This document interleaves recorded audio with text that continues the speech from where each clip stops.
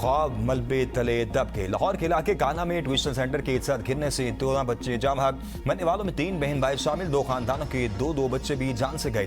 Tuition पढ़ाने वाली खातून और इसके बेटे समेत 6 बच्चे जख्मी। 3 बहन भाई भी शामिल। तिब्बी इमदाद के बाद 2 बच्चों को डिस्चार्ज कर दिया गया। 4 बच्चे जेर इलाज हैं। हालत खतरे से बाहर है। एक शदीद जख्मी बच्चा चिल्ड्रन अस्पताल मुंतकिल। रेस्क्यू हुकाम के मुताबिक हादसे के वक्त एक खातून टीचर समेत 20 से 25 बच्चे ट्यूशन सेंटर में मौजूद थे। कमरे की छत टीआर गार्डर से बनी थी। छत पर तामीराती काम चल रहा था। छत बुसीदा होने के बायस गिर गई। एमएस तहसील हेडक्वार्टर अस्पताल काना ने 14 बच्चों के जाबाहक होने की तस्दीक कर दी। जाबाहक बच्चों की उम्र 5 से 16 साल के दरमियान है। जाबाहक बच्चों की लाशें वर्षा के हवाले इलाके की फिजा सोगवार, हर आंख अश्कबार।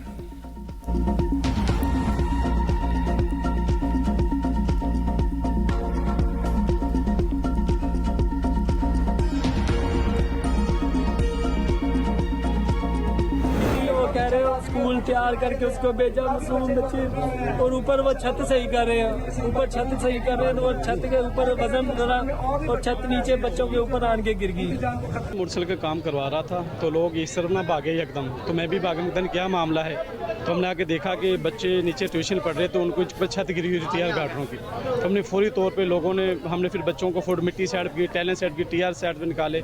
एक जो ये घर का मालिक है बेचारा, उसकी एक बीवी थी साथ थी, उसकी अपनी बेटी भी साथ थी, वो खुद भी साथ थी, उसको खुद हमने नीचे से निकाला है। हादसे के वक्त बच्चे ट्यूशन पढ़ रहे थे। मालिक मकान घर में मुरम्मत का काम करा रहा था। यानी शाहिदीन के मुताबिक लोगों ने फौरी तौर पर बच्चों को बाहर निकाला। जो बच्चे होश में थे इन्हें पानी पिलाकर फौरी तौर पर रेस्क्यू को इतला दी। ज्यादातर बच्चे बेहोश निकले थे। कुछ बच्चों को हमने मसनूई सांस फराहम की। हमने 18 बच्चों को मलबे के नीचे से निकाला। हादसे में मुतासरा बच्चों के अहले खाना का कहना था कि ट्यूशन सेंटर की छत पर तामीराती काम जारी था, जिसके बाद से हादसा पेश आया। वाक़े के जिम्मेदारों के खिलाफ सख्त कार्रवाई अमल में लाई जाए।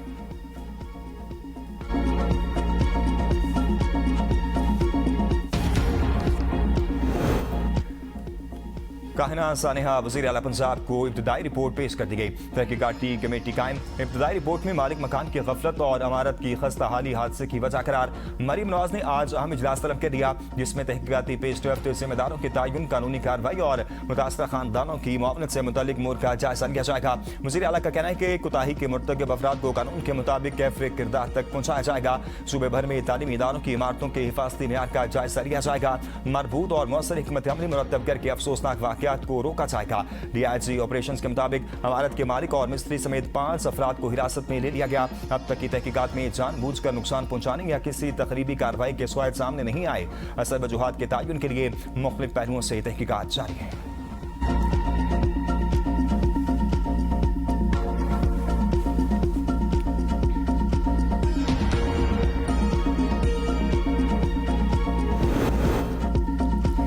अमरीकी वफ्द की कतरी हुकाम से अहम मुलाकातें। ईरान से बराह रास्त मुज़ाकरात का इम्कान मुस्तरद। कतर की वज़ारत ख़ारजा के तर्जुमान के मुताबिक डोनाल्ड ट्रंप के आला सतही नुमाइंदे दोहा में मौजूद हैं। ईरान और अमरीका के दरमियान किसी आला सतह मुलाकात की मनसूबाबंदी नहीं की गई। ईरान का कोई आला सतही नुमाइंदा कतर में मौजूद नहीं। अमरीकी वफ्द इस वक्त ईरानी हुकाम के साथ बराह रास्त मुज़ाकरात के लिए दोहा नहीं आया।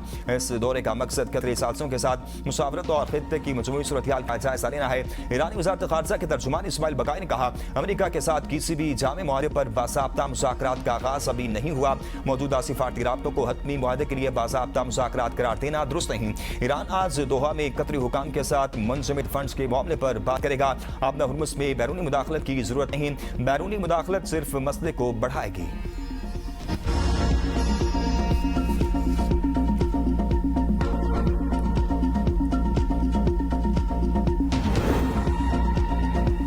ओमान ने आपने हुर्मुज़ से गुजरने वाले बहरी जहाज़ों पर ट्रांसिट फीस की मुखालिफत कर दी।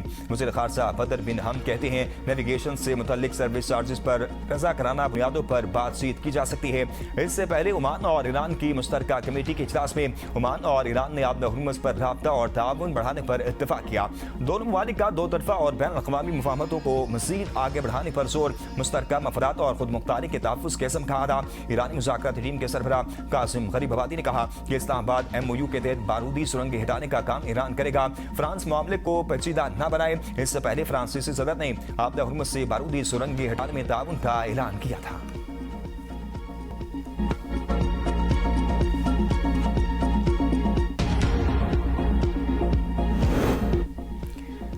अमेरिका मुआहदे पर अमल करे तो हम भी अपनी जिम्मेदारियां पूरी करेंगे। एक्स पर जारी बयान में सदर पज़ेशकियान ने कहा, बाहमी मफाहमत दो तरफा अमल है। बेबुनियाद धमकियों और ताकत के मुजाहरे के जवाब फैसला साजी अकल और इंसानी वकार की बुनियाद पर की जाती है।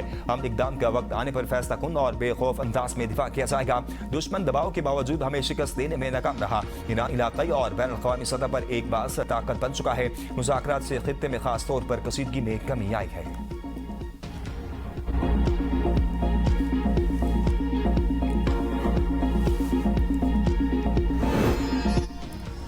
आजाद कश्मीर की सियासी सूरत-ए-हाल पर अहम मुसावरत। Chairman Pakistan Peoples Party Bilawal Bhutto Zardari की मौलाना फजल रहमान से मुलाकात।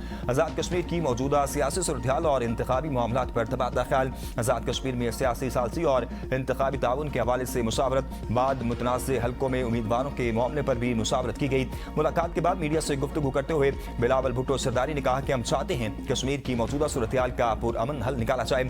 आजाद कश्मीर में इंतखाबात का ऐलान हो चुका। इंतखाबात का शफाफ और पुरअमन इनेकाद यकीनी बनाया जाए। हुकूमत को तजवीज़ दी है मौलाना की सालसी पेशकश से फायदा उठाया जाए। मौलाना फजल रहमान ने कहा कि कश्मीर की मौजूदा सूरत-ए-हाल का जल्द हल निकाला जाए। हम सालसी समेत हर मुमकिन ताउन के लिए तैयार हैं।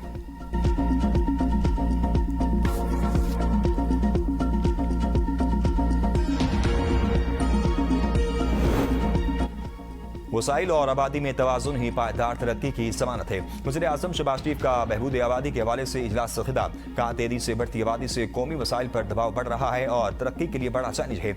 आबादी की मनसूबाबंदी को कौमी तरक्की माशी इस्तेहकाम से हम आहंग करने की ज़रूरत है। वज़ीर आज़म की नेशनल पॉपुलेशन कौंसिल का इफ्तिताही इजलास जल्द बुलाने की हिदायत।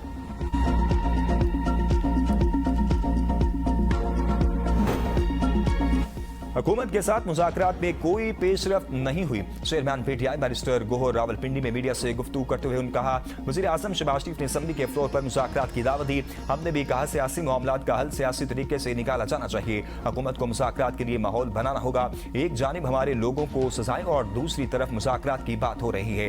अच्छी बात है, बुशरा बीबी की बानी से मुलाकात हुई। मुलाकातें होनी चाहिए। बानी पीटीआई की फैमिली की मुलाकात भी होनी चाहिए। 36 घंटे गुजर गए, मुलाकात नहीं हुई। इससे तशवीश बढ़ती है। सलमान अकरम राजा ने कहा है कि पीटीआई में इंतजार की कैफियत बानी से मुलाकात न होने की वजह से है। हम चाहते हैं कि बानी से मुलाकात हो और उनकी हिदायत सामने आए।